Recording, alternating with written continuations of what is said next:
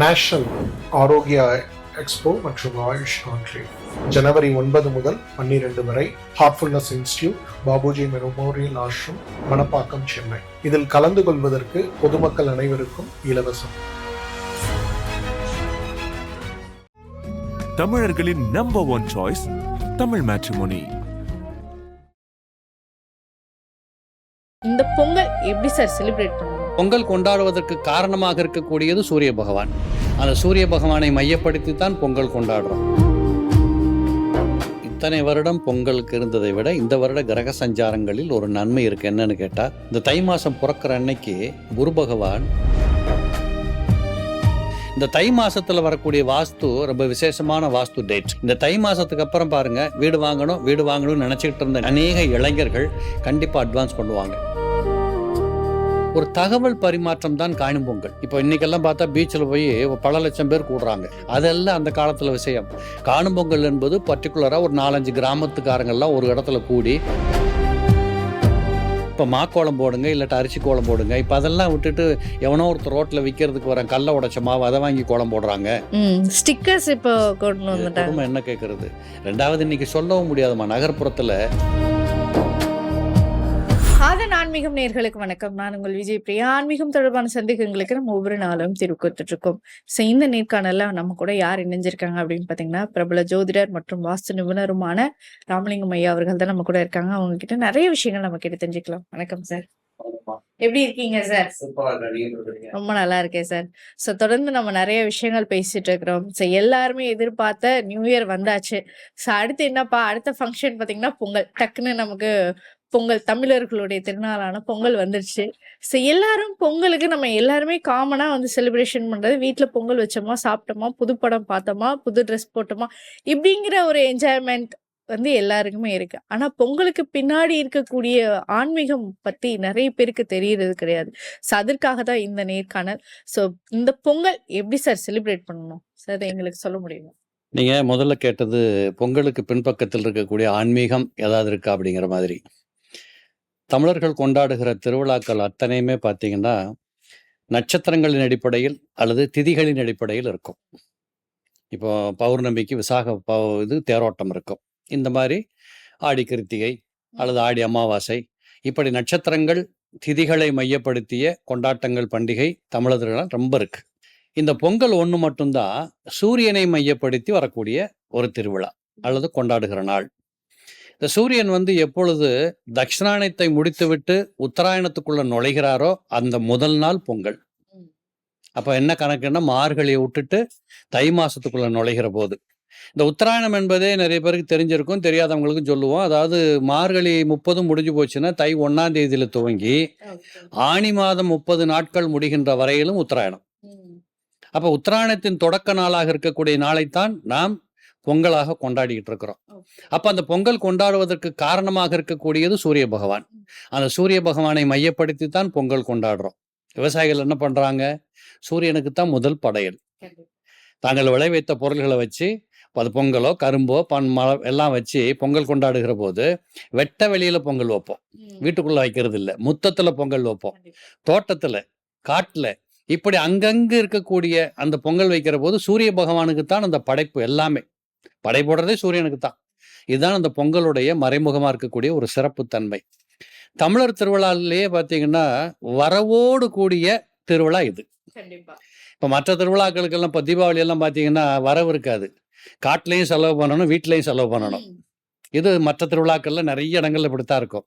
இந்த பொங்கல் ஒன்று மட்டும்தான் வீட்டுக்குள்ள பணம் வருகிற போது கொண்டாடுகிற திருவிழா. அப்ப வரவோடு வரக்கூடிய திருவிழா. அதனாலதான் ஹார்வெஸ்ட்னு சொன்னாங்க அந்த காலத்திலேயே. ஹார்வெஸ்ட் பண்டிகை தானே, அறுவடை திருவிழா தானே.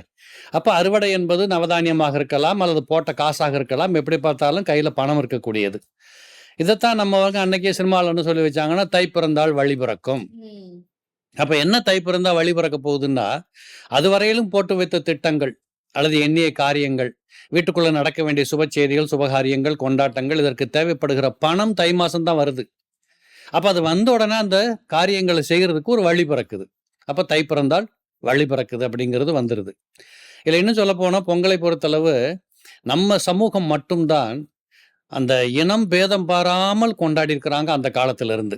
எப்படி? இப்ப மாட்டுக்கு போய் நம்ம ஏதாவது பண்ணணுமா? அது தெரிய போகுது அதுக்கு. மாட்டுக்கு கழுவி அத வந்து குதூகலப்படுத்தி அல்லது கலர் பொடிய வச்சு சில பேர் கொம்புல பெயிண்ட் அடிப்பாங்க. ஸோ இவ்வளவும் பண்றோமே, அதுக்கு ஏதாவது தெரியுமா? இது பொங்கல் கொண்டாடுறாங்க, நம்மளும் சந்தோஷமா இருப்போம் தெரியுமா? நமக்கு தெரியாது. ஒருவேளை தெரியுமோ தெரியாது. ஆனால் இப்படி தன்னோடு உழைத்து வந்திருக்கக்கூடிய தன் ஜீவனுக்கும் சேர்த்து கொண்டாடுகிற நாளாக பொங்கல் இருக்கு. இப்படி பல ரூபங்கள்ல பார்த்தீங்கன்னா பொங்கல் என்பது மற்ற பண்டிகையோடு ஒப்பிட்டு பார்க்கிற போது மிக சிறப்பை கொடுக்கக்கூடிய தகவலோடு கூடிய நாள் தான் இந்த பொங்கல். கண்டிப்பாக சார். சார் பொங்கல் பத்தி நம்ம பேசுறதுக்கு முன்னாடி அதற்கு முந்தின நாள் வந்து போகியை பத்தியும் நம்ம கண்டிப்பா பேசணும். ஏன்னா இப்ப காலகாலமா வந்து அதனுடைய மரபே வந்து டோட்டலா மாறிடுச்சு. ஸோ வீட்டில் இருக்கக்கூடிய பழமையான பொருட்களை வந்து எரிக்கணும் அப்படிங்கிறதுக்காக நிறைய பேர் வந்து யூஸ் பண்ணிட்டு இருக்கிற பாய் தலகாணி பழசாயிடுச்சு அதெல்லாம் வந்து எரிக்கிறாங்க. ஸோ பொங்கலுக்கு பூசுக்கு வேற வாங்கிக்கலாம் அப்படின்லாம் யூஸ் பண்ணாங்க. ஆக்சுவலா இந்த வீட்டில் நம்ம வந்து பாத்தீங்கன்னா இந்த ஸ்டோர் ரூம் அப்படிங்கிற ஒரு விஷயம் வந்து வச்சிருப்பாங்க. அந்த பழங்காலத்து பொருட்கள் எல்லாம் வந்து போட்டு வச்சிருப்பாங்க. இதற்கும் வாஸ்துக்கும் ஏதாவது சம்பந்தம் இருக்கா சார்? இல்ல வாஸ்து அப்படிங்கிறதுல என்னன்னு கேட்டீங்கன்னா, இப்போ பொங்கல் திருவிழாவிலேயே வந்து முதல் நாள் போகி கொண்டாடுகிறது காரணமே முதல் நாள் இப்போ மார்கழியா தானே இருக்கும் இல்லையா? இப்போ மார்கழியில் எதுக்கு போகி பண்டிகை கொண்டாடுறோம் அப்படின்னு கேட்டா, நம்ம நினைக்கிறோம் தைப்பொங்கல் என்பது தை மாசம் 1ஆம் தேதி சூரிய உதயத்துல வருது அப்படின்னு நினைக்கிறோம். அது இல்லை. மகர சங்கராந்தின்னு கேள்விப்படுறீங்கல்ல? இந்த மகர சங்கராந்தி என்பது இந்த வருஷம் பார்த்தீங்கன்னா மார்கழி மாதம் 30வது நாள், அதாவது பொங்கலுக்கு முதல் நாள் மாலையில 3:05 மகர சங்கராந்தி துவங்குது. அதனாலதான் எல்லா வருஷத்துலயும் இப்படித்தான் நடக்கும். அதனாலதான் என்ன பண்ணுவாங்கன்னா, அந்த பொங்கலுக்கு முதல் நாள் மகர சங்கராந்தி துவங்கின உடனேயே பழையன கழிதல் புகுதன புகுத்தல், இந்த பாங்கு இந்த கொண்டாட்டத்தை நம்ம கை வைக்கிறோம். என்னது? முதல்ல வீட்டுக்குள்ள இருக்கக்கூடிய பழசு தூக்கி வெளியில போடு, புதுசை கொண்டாந்து உள்ள வை. நான் முதல்ல சொன்னேன், வரவு வருகிற போது மனிதன் ஒன்று புதுசா வாங்குவான், அதை வைக்கிறதுக்கு இடம் வேணும். அப்போ பழசு தூக்கி வெளியில போடணும். இதுல இன்னொரு தாத்பரியம் என்னன்னு கேட்டீங்கன்னா, ஒவ்வொரு வருடமும் பொங்கல் திருவிழா வருகிற போதெல்லாம் நாம் இந்த காசிக்கு போயிட்டு வந்து ஒன்று விட்டுட்டு வந்துருவான்னு சொல்லுவாங்க பார்த்தீங்களா? அந்த மாதிரி ஒரு சத்திய பிரமாணம் எடுத்துக்கணும். இந்த வருடத்திலிருந்து இந்த கெட்ட பழக்கத்தை அல்லது இந்த வருடத்திலிருந்து இந்த கெட்ட சாவகாசத்தை இந்த கெட்ட எண்ணத்தை விட்டுடுவேன்னு சொல்லணும். அதுக்கு பேர் தான் போகி பண்டிகை. அதான் அழுக்காக இருக்கக்கூடிய தீயில போட வேண்டிய குப்பைக்கு போக வேண்டிய ஒரு எண்ணத்தை நான் விட்டு கொடுத்தல் அப்படிங்கறதா போகி பண்டிகை. போகி அப்படின்னாலே போகுது அப்படிங்கிற அர்த்தத்துல வரக்கூடியது. அப்ப அதுல ஒரு போகத்தன்மை இருக்கு. என்னது? ஒரு கெட்டது வெளியில போயிடுச்சுன்னா ஒரு நல்லது உள்ள வரும், அது ஒரு போகமாக மாறும். இப்ப இந்த போகி பண்டிகையை கொண்டாடுறோம். இந்த வாஸ்து அப்படின்னு பாக்குற போது இதற்கும் அதுக்கு கனெக்ஷன் இருக்கான்னு கேட்டீங்கன்னா, பெரும்பாலும் பாத்தீங்கன்னா சித்திரை மாசம் தமிழ் வருஷம் கொண்டாடுறோம். தை மாசம் அதுல 10வது மாசமா வருது. சித்திரையிலிருந்து 10வது மாசமா வரும். இந்த தை மாசத்துல வரக்கூடிய வாஸ்து ரொம்ப விசேஷமான வாஸ்து டேட். அப்ப ஒவ்வொரு தை மாசத்துலயும் நம்ம வாஸ்து டேட்ல அந்த வாஸ்து அன்னைக்கு அந்த மின்னி கணக்குல பார்த்துட்டு ஒரு பூஜையை போட்டு ஒரு பூமி பூஜை போட்டோம் அப்படின்னா அது ரொம்ப சிறப்பாக இருக்குங்கிற தாத்பரியம் இருக்கு. தை மாசி 2மே சரியான வாஸ்து நாட்கள் இருக்கும். இதையும் மக்கள் பயன்படுத்துறது உண்டு. இது எல்லாமே அடிப்படை பேஸ் என்னன்னு கேட்டீங்கன்னா, பொங்கல் பண்டிகையின் தாத்பரியமே வரவு வருது, பார்த்து செலவு பண்ணிக்கும். இப்படி செலவு பண்றதுலையும் கூட பாத்தீங்கன்னா, முதல்ல தை மாசம் 1ஆம் தேதி தை பொங்கல் கொண்டாடுறோம். என்ன பண்றோம்னா, இப்போ கிராமப்புறங்கள்ல தான் அது விசேஷமா கொண்டாடுறாங்க. நகர்ப்புறங்கள்ல வீட்டை விட்டு போறதுக்கு இடம் இல்லையே. கோலம் போடுறது, ஸ்டிக்கர் ஒட்டிட்டு போடுற அளவுக்கு வந்துட்டு அபார்ட்மெண்ட்ஸ்ல எல்லாம். அப்போ இதுல கொண்டாடுறது எங்கன்னு கேட்டீங்கன்னா, கிராமப்புறங்கள்ல எர்லி மார்னிங் எந்திரிச்சு இந்த வீட்டுக்கு வீடு காப்பு கட்டுதுன்னு ஒண்ணு கேள்விப்பட்டிருக்கீங்களா? இன்னைக்கும் தென் மாவட்டங்களுக்கு போனா அந்த கன்னி பிள்ளைன்னு சொல்லுவாங்க, அந்த பூ அதோட சேர்த்து வேப்பங்கொலையை வச்சு வீட்டுல தலைவாசல்ல காப்பு கட்டுவாங்க. எல்லா நிலைவாசல்லையும் காப்பு கட்டுவாங்க. இதை எடுத்துட்டு போயிட்டு அவங்களுக்கு 10 ஏக்கர் நிலம் 10 இடத்துல டிஃப்ரெண்ட் பிளேஸ்ல இருந்தாலும் கூட 10 இடத்துக்கும் போய் அந்த 10 இடத்துல ஈசான மூலைன்னு சொல்லக்கூடிய இடத்துல அங்க இருக்கக்கூடிய கொடியிலையோ செடியிலையோ காப்பு கட்டிட்டு வருவாங்க. அப்ப இது என்ன அர்த்தம்னு கேட்டீங்கன்னா, அந்த நிலத்திற்கும் அந்த விளைச்சலுக்கும் அந்த நாளுக்கும் இப்படியெல்லாம் ஒரு தாத்பரியம். எல்லாரும் இறைவணக்கம் அப்படிங்கிற கொண்டாடுறோம். இது அப்படி கொண்டாடுறதுக்கு அப்புறம் பார்த்தீங்கன்னா, பொங்கல் வீட்டில் வச்சு சமையல் பண்ணி பொங்கல் கொண்டாடுறது, முத்தத்தில் வச்சு சூரிய பொங்கல்னே பெறதுக்கு இதெல்லாம் கொண்டாடுறோம். இது உங்களுக்கே தெரியும். மறுநாள் சில பண்டிகை இருக்கு. காணும் பொங்கல் இதெல்லாம் வந்து செலிப்ரேட் பண்ணுவோம். காணும் பொங்கல் இருக்கு, மாட்டு பொங்கல் இருக்கு. இந்த மாட்டு பொங்கலோட அமைப்பை என்னன்னு கேட்டீங்கன்னா, அதான் நான் முதல்ல சொன்னேன். இப்பெல்லாம் மாடுகளே போயிடுச்சு, ரொம்ப குறைஞ்சு போச்சு. இப்போ டிராக்டர்ஸ் வந்துருச்சு. அதை குளிப்பாட்டி பூஜை போட்டுக்க வேண்டியதுதான், இல்லை ரிப்பேர் பார்த்துக்க வேண்டியதான், இப்படிங்கிற அளவுக்கு கொண்டு போயாச்சு. காலச்சக்கரம் காலம் மாற மாற, பொருளாதாரம் மாற மாற, மனிதனுடைய சௌரியங்களும் எல்லாம் மாற மாற, விஞ்ஞான யுகம் வினோதமாக மிஷினரியாக மாறி போகுது. அப்போ அதுக்கு தகுந்த மாதிரி நம்ம பொங்கல் கொண்டாடிக்கிறோம். Okay sir. இந்த காணும் பொங்கலுங்கிறதுல ஒரு மிகப்பெரிய விசேஷமான செய்தி உண்டு. என்னன்னு கேட்டிங்கன்னா, நான் முதல்ல சொன்ன மாதிரி இவங்க வீட்ல தை பொறக்கட்டும், இந்த பொண்ணுக்கு கல்யாணம் பண்ணலாம், ம். இல்ல பையனுக்கு பொண்ணு பார்க்கலாம், இப்படிங்கிற மாரியான திட்டங்கள் எல்லா வீட்லயும் நடக்கும். இந்த பெரும்பாலும் பார்த்தீங்கன்னா, தை மாசம் பொண்ணு பார்க்க ஆரம்பிச்சு, மாசியில நிச்சயம் பண்ணி, சித்திரையில கல்யாணம். அதுக்கு செல்வ கல்யாணம்னே பேரு. ஓகே. இவ்வளவுதான் இந்த கிராமப்புறங்கள்ல ஒரு 100 ஆண்டுகளுக்கு முன்னாடி ம். இவங்க வீட்டு சம்பந்தப்பட்ட விஷயத்தை கவனிப்பதற்கு எடுத்துக்கொள்ளுகிற நாட்கள் இவ்வளவுதான். தை மாசத்திலிருந்து தை, மாசி, பங்குனி, சித்திரை. ஓகே. இந்த 3 தான். அதனால தான் பங்குனி மாசங்கள்ல பார்த்தீங்கன்னா, பெரும்பாலுமான முருகன் கோயில்கள்ல முருகனுக்கே திருக்கல்யாணம் பண்றது உண்டு. ஆமா. இன்னைக்கும் பார்க்கலாம். திருப்பரங்குன்றத்துல, திருத்தணியில தேரோட்டம் பங்குனி நடக்கும். உத்திரம். பங்குனி உத்திரம், தேரோட்டம் நடக்கும். இந்த மாரியான அந்த திருக்கல்யாண வைபவங்கள் இறைவனுக்கும் பண்ணி பார்த்துருக்குறாங்க. ம். இவங்க வீட்லயும் பண்ணி முடிச்சுட்டு, அதேபோல கோயில்லயும் போய் இறைவனுக்கும் பண்ற அந்த நேர்த்திக்கடன் கழிக்கிறதெல்லாம் உண்டு. அப்ப இந்த மாரி ஆரம்பிக்கிற போது காணும் பொங்கல் என்னன்னு கேட்டீங்கன்னா, ஒரு தகவல் பரிமாற்றம் தான் காணும் பொங்கல். கண்டிப்பா. இப்போ இன்னைக்கெல்லாம் பார்த்தா பீச்ல போய் பல லட்சம் பேர் கூடுறாங்க. ம். இல்லையா? இதுல யார் யாருன்னே தெரியாது. முன்ன பின்ன அறியாதவங்கெல்லாம் பக்கத்துல ஹாய் சொல்லிட்டு உட்காந்துருப்போம். கண்டிப்பா. அதெல்லாம் அந்த காலத்துல விஷயம்.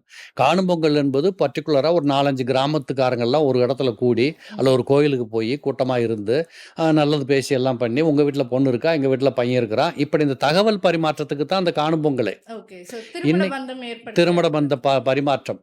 எப்படி ஒரு சந்தைக்கு போய் பொருளை வாங்குறோமோ, ஒரு சந்தைக்கு போய் ஆடு மாடை வித்துட்டு பொருளை வாங்குறோமோ, காய்கறி வாங்குறோமோ, இப்படி ஒரு சந்தை நோக்கான ஒரு பரிமாற்றம் தான் அந்த காணும் பொங்கலே. ஆனா இன்னைக்கு அதெல்லாம் மாறி போய் இன்னைக்கு வசதிகள் வந்ததுனால, ஆமா. இப்ப பார்த்தீங்கன்னா, முன்னாடி எல்லாம் ஒரு காலத்துல தீபாவளிக்கு தானமா புது துணி போட்டோம். இப்பதான் எப்ப வேணாலும் போட்டுக்கிறீங்களே. ஆமா. 1ஆம் தேதியிலேருந்து 30ஆம் தேதிக்குள்ள எப்ப வேணாலும் துணி எடுத்துக்கிறோம். சளி இருக்கிற டைம் நம்ம எல்லாருக்குமே தீபாவளி, பொங்கல் தானே சார். அப்படி வந்துருச்சு. அதனால எல்லாமே மாறுபட்டு போய்க்கிட்டே இருக்கு. அந்த ம். பழக்கங்கள் எதற்காக தோற்றுவிக்கப்பட்டதோ, எந்த நோக்கத்துக்காக இந்த கொண்டாட்டங்கள் உருவாக்கப்பட்டதோ, இதெல்லாம் இன்னைக்கு மாறிக்கிட்டே போகுது. இது காலமாற்றம் தவிர்க்க முடியாதது. கண்டிப்பாக சார். இப்படியெல்லாம் போயிட்டு இருக்கு. சார், இப்ப நான் சின்ன பிள்ளையா இருக்கும்போது ஒரு விஷயம் பார்த்தேன். அத பத்தி உங்ககிட்ட கேட்கணும் அப்படின்னு ஆசைப்பட்டேன்.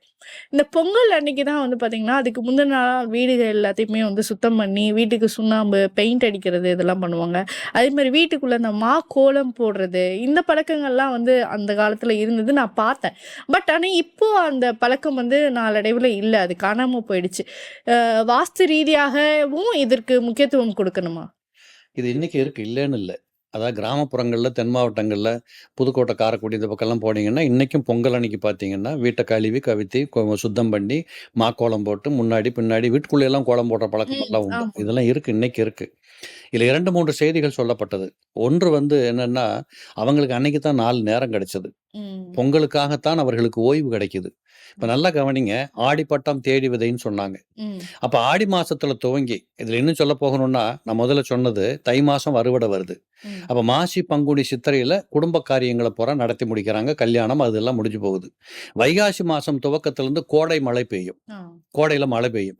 அந்த மழை பெய்ய ஆரம்பிச்சதுக்கு அப்புறம் திரும்ப வெள்ளாம பண்றதுக்காக வேண்டி விவசாயம் பண்றதுக்கு நிலத்தை ரெடி பண்ணுவாங்க. ஆமா. அப்ப ஒழுகுறது, போறது, வரதெல்லாம் நிலத்தை சுத்தம் பண்ணி ரெடி பண்ணுவாங்க. அதுல துவங்கி 3 மாதம் அந்த நிலத்தை பக்குவப்படுத்துறதுக்கு காலம் எடுத்துக்கிறாங்க. அப்புறம் ஆடி மாசம் வந்துரும். ஆடி மாசத்துல விதைக்க ஆரம்பிப்பாங்க. விதைச்சு அது முளைச்சிருச்சுன்னா குழந்தை பிறந்த மாதிரி. ம். அத வளர்க்கணும், களை எடுக்கணும், மருந்தடிக்கணும், உப்பு வைக்கணும், உரம் வைக்கணும். இப்படியே கொண்டு வந்து தை மாசத்துல அறுவடை. ஓகே. அப்ப கால சுழற்சி 12 மாதமும் அந்த விவசாயிக்கு மிக பிரமாதமா டைட்டா போயிடுது. ஓகே. இதுல நேரம் கிடைக்காதனால என்ன நடக்கும்னு கேட்டா, தைப்பொங்கலுக்கு தான் வீட்டை பத்தி சுத்தப்படுத்துற காலமே அவருக்கு கிடைக்குது. ம். அப்ப 1 வருடமாக வெள்ளை அடிக்காம, அப்பெல்லாம் பெயிண்ட் கிடையாது. ம். சுண்ணாம்பு தான் அடிக்கிற ஆமா. பழக்கம். அப்ப சுண்ணாம்பு 1 வருஷத்துக்கு தான் இருக்கும். 2 மழை பெஞ்சா சுண்ணாம்பு கரைஞ்சு போயிடும். ம். அப்ப அந்த பொங்கல் அன்னைக்கு சுண்ணாம்பு அடிச்சு, வீட்டை சுத்தப்படுத்தி, கோலம் போட்டு, அந்த கோலம் போட்டு சுண்ணாம்பு அடிச்சு எல்லாம் பண்ணோம்னா, அந்த வீடு புது வீடு மாதிரி காட்சி அளிக்கும். அப்ப வாஸ்துபடியே என்னன்னு கேட்டீங்கன்னா, இந்த கோலங்கள் போடுறதெல்லாம் எங்க போடுவாங்க? தலைவாசல்ல போடுவாங்க. ம். அநேகமான வீடுகள் வடக்கு நோக்கி, கிழக்கு நோக்கி. இதுதான் வாஸ்துபடி பெரும்பாலான வீடுகள் ஆமா. இருக்கும். அந்த வடகிழக்கு மூலையை அழகுபடுத்தி எல்லாம் பண்ணுகிற போது, ஏற்கனவே அவர்கள் எதற்காக ரெடி ஆகிட்டு இருக்கிறாங்களோ, அதற்கு இந்த கோலம், இந்த பண்டிகை அமைப்புகள் எல்லாம் உதவி செய்யும். அப்ப ஓகே. வாஸ்துபடி அவங்களுக்கு அது சப்போர்ட் பண்ணுது. இப்ப நீங்க கேட்கலாம், கோலம் போட்டா 1 நாள் தானே இருக்கும். ம். எப்படி வாஸ்துபடி சப்போர்ட் பண்ணும்? ஆமா. இல்ல. அதுக்கு தான் அவன் மாக்கோலம் போட்டான். ஓகே. மாக்கோலம் போட்டால் 30 நாள், 40 நாளைக்கு அது அப்படியே இருக்கும். ஆமா. அது இல்லையா? அழியறதுக்கு ரொம்ப லேட் ரொம்ப ஆகும். டைம் ஆகும். அப்ப அதெல்லாமே ஒரு வாஸ்துபடி இப்பவும் நாங்க சொல்றோமே, வீடு கட்டினா முதல்ல கோலம் போடுங்க. ம். வீட்டுக்கு முன்னாடி கோலம் போட்டு பழகுங்க.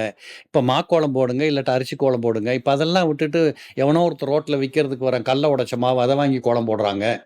ஸ்டிக்கர்ஸ் இப்போ கொண்டு இது வந்துட்டாங்க. கொடுமை என்ன கேட்கறது? 2வது இன்னைக்கு சொல்லவும் முடியாதும்மா. நகர்ப்புறத்துல அபார்ட்மெண்ட்ஸ்ல நீங்க செருப்ப கழட்டி போடுறதுக்கே வாசல்ல இடம் இல்ல. கோலம் எங்க போடுவீங்க?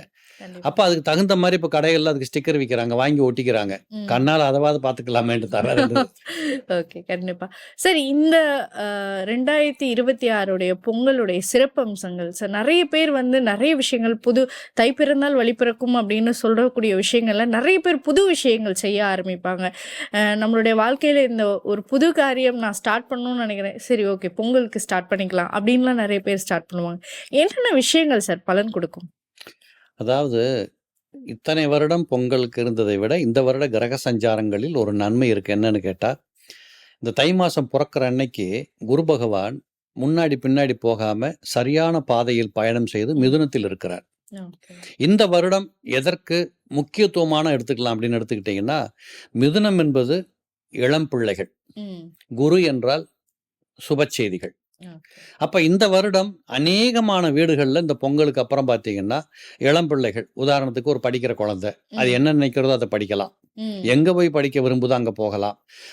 அதோட இடைஞ்சல், தடைகள், தாமதங்கள் எல்லாம் கடந்து நான் செட்டில் ஆயிடலாம் அப்படிங்கிற நம்பிக்கை மிகுந்த ஒரு வருடமாக இளம் பிள்ளைகளுக்கு, கல்வி கற்கிற பிள்ளைகளுக்கு இந்த வருடம் ரொம்ப சூப்பரா இருக்கும். ஓகே. அதனால படிக்கிற பசங்களுக்கு ரொம்ப சூப்பர். அதேபோல திருமண வயதுகளில் இருக்கக்கூடியவர்கள், இந்த திருமண வயதில் இருக்கக்கூடிய பிள்ளைகளுக்கு இந்த வருடத்தின் இந்த குரு சஞ்சாரம் என்பது ரொம்ப அருமையான ஒரு சாஃப்டா நல்லா இருக்கு. ம். அப்ப நல்லா தகராறு இல்லாம, பிரச்சனை இல்லாம சூப்பரா கல்யாணங்கள் அந்த குடும்பங்கள்ல நிறைவேறும். அதுலயும் குரு பகவான் தன் வீட்டிற்கு 7ஆம் இடத்துல போய் இருந்திருக்கிறார். அப்போ மார்கழி முடிஞ்சு தை பிறக்கிற போது சூரியனிலிருந்து 6க்கு போறார். ம். அப்போ சூரியனிலிருந்து 6ஆம் இடத்துல போய் குரு அமர்கிற போது உத்வேகம் பிறக்கும். ஓகே. புதிய எண்ணங்கள் வரும். புதிய ஒரு படைப்பாற்றல் உருவாகும். அப்ப புதுசா படிச்சுட்டு வேலைக்கு போறவங்க, இல்ல முதல்ல ஒரு காரியம் பண்றவங்க, வீடு வாங்குறவங்க, வாகனம் வாங்குறவங்க, இப்படி வாழ்க்கையில முதல்ல சில வித கமிட் ஆகுறாங்க பாருங்க. ம். இந்த தருணத்தில் இருப்பவர்களுக்கெல்லாம் இந்த வருடம் மிகப்பெரிய சிறப்பான பொருளாதார வளர்ச்சிகள் இருக்கும். அது கூடவே பார்த்தீங்கன்னா, இந்த சூரியன் இருக்கிற வீட்டுக்கு 4க்கு அதிபதி 12ல குரு வீட்ல இருந்து குரு பார்வையில் இருக்கிறார். ஓகே. அப்ப 4ஆம் இடம் என்பது வீடு. இந்த தை மாசத்துக்கு அப்புறம் பாருங்க, வீடு வாங்கணும்னு நினைச்சுக்கிட்டு இருந்த அநேக இளைஞர்கள் கண்டிப்பா அட்வான்ஸ் பண்ணுவாங்க. ஓகே. நல்ல இடங்கள்ல வீடு மனைகள் கிடைக்கக்கூடிய வாய்ப்புகள் இருக்கு. மனை வாங்கலாம், வீடு வாங்கலாம். கிராமப்புறத்தில் இருக்கிறவங்க கூட 2 சென்ட் இடம் வாங்கி போட்டுறலாம். இதெல்லாம் ஒரு பக்கம் கிடைக்கும். இது முத்தாய்ப்பா ஒண்ணு சொல்லணும். பெண்களுக்கு தங்க விலை தாறுமாறா ஏறும் இந்த வருஷம். ஆமா, கண்டிப்பா. தாறுமாறா ஏறும். நம்ம ஏற்கனவே 2025ல சொன்ன 1,00,000 தொடுன்னா வந்துருச்சு. வந்துருச்சு. இப்ப எவ்வளவு போகும்னே சொல்ல முடியாது. ஒரு கிராம் வந்து 18,000 17,000க்கு போனாலும் ஆச்சரியப்படுறதுக்கு இல்ல. இப்படிப்பட்ட உயர்வுகள் இருக்கு. ஆக இந்த வருடம் பெண்களுக்கு உண்டான வருடமாகவும் பார்க்கலாம். எல்லாருமே தங்கம் வாங்க புறப்படுவாங்க. ஓகே. அப்ப தங்கம் யாருக்கான ஒரு மெட்டீரியல்னு கேட்டா பெண்களுக்கு உண்டானது. ம். எந்த வீட்லயுமே 2 பவுன் வாங்கணும்னு முடிவு பண்ணா அங்க ஒரு பொம்பளை புள்ள இருப்பா. கண்டிப்பா. இந்த புள்ள வளர்ந்துகிட்டே இருக்குங்க, தங்க விலை ஏறிட்டே இருக்குங்க, இப்பமே தங்கத்தை 2 வாங்கி சேர்த்து வைக்கலாம், வைக்கணும் சேர்த்து வைக்கலாம் அப்படிங்கிறது உண்டு. அப்ப பெண்களை மையப்படுத்திய ஒரு வருடமாகவும் இந்த வருஷம் இருக்கிறத பார்க்கலாம். படிக்கிற பசங்கள்லயே பெண் பிள்ளைகள் அதிக மார்க் எடுக்கும். படிக்கிற பிள்ளைகள்லயே பெண் பிள்ளைகள் உயர்ந்த கல்விகளுக்கு போய் தொடக்கூடிய வாய்ப்புகள் இருக்கும். வீட்டுக்குள்ள இருக்கக்கூடிய பெண் பிள்ளைகள் அநேகர்களுக்கு நல்ல ஒரு கல்யாண கச்சேரிகள் நடக்கும்.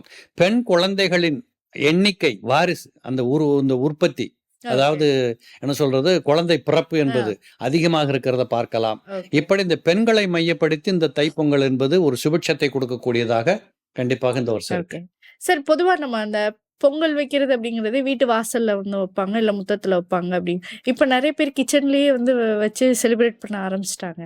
பட் ஆனா பொங்கல் வைக்கிறதுக்கு ஏற்ற திசை இருக்கா சார்? நம்ம ஆக்சுவலா பொங்கல் வந்தது சூரிய பகவானுக்கு படைக்கிற படையல். அப்ப வீட்டுக்கு வெளியில் தானே வைக்கணும். ம். நீங்க கிச்சன்ல போய் வைக்கிறது வழக்கம் போல அங்க சமைச்சு சாப்பிடுறீங்க. அது இங்கேயும் வச்சுக்க தேவையில்லை. ஓகே. அதனால இடம் இருந்தால் தயவு செய்து உங்க வீட்டுக்கு முன்னாடி ஒரு இத்தினோண்டு இடம் இருக்குதுன்னா, தலைவாசலுக்கு நேரா முன் பக்கத்துல, ம். கிழக்கு பக்கத்துல, அது வடக்கு பக்கத்துல எங்க வேணாலும் இருக்கட்டும். எந்த பக்க வாசலாக வேணாலும் இருக்கட்டும். ஓகே. சில பேர் மேற்கு பார்த்த வாசல் வீடு கட்டி ம். குடியிருப்பாங்க. ஸோ அவங்கள கிழக்கு பார்த்து வைங்கன்னு சொல்ல முடியாது. எந்த பக்கம் பார்த்து இருந்தாலும் பரவாயில்லை. நீங்க வீட்டு முத்தத்துல பொங்கல் வைக்கணும். ம். அதுதான் ஓகே. விசேஷம். Okay sir. பொங்கல் பத்தி ரொம்ப சிறப்பாக எங்களுடைய நேயர்களுக்கு ரொம்ப அருமையாக விளக்கம் கொடுத்திருந்தீங்க. மிக்க நன்றி. நன்றிமா.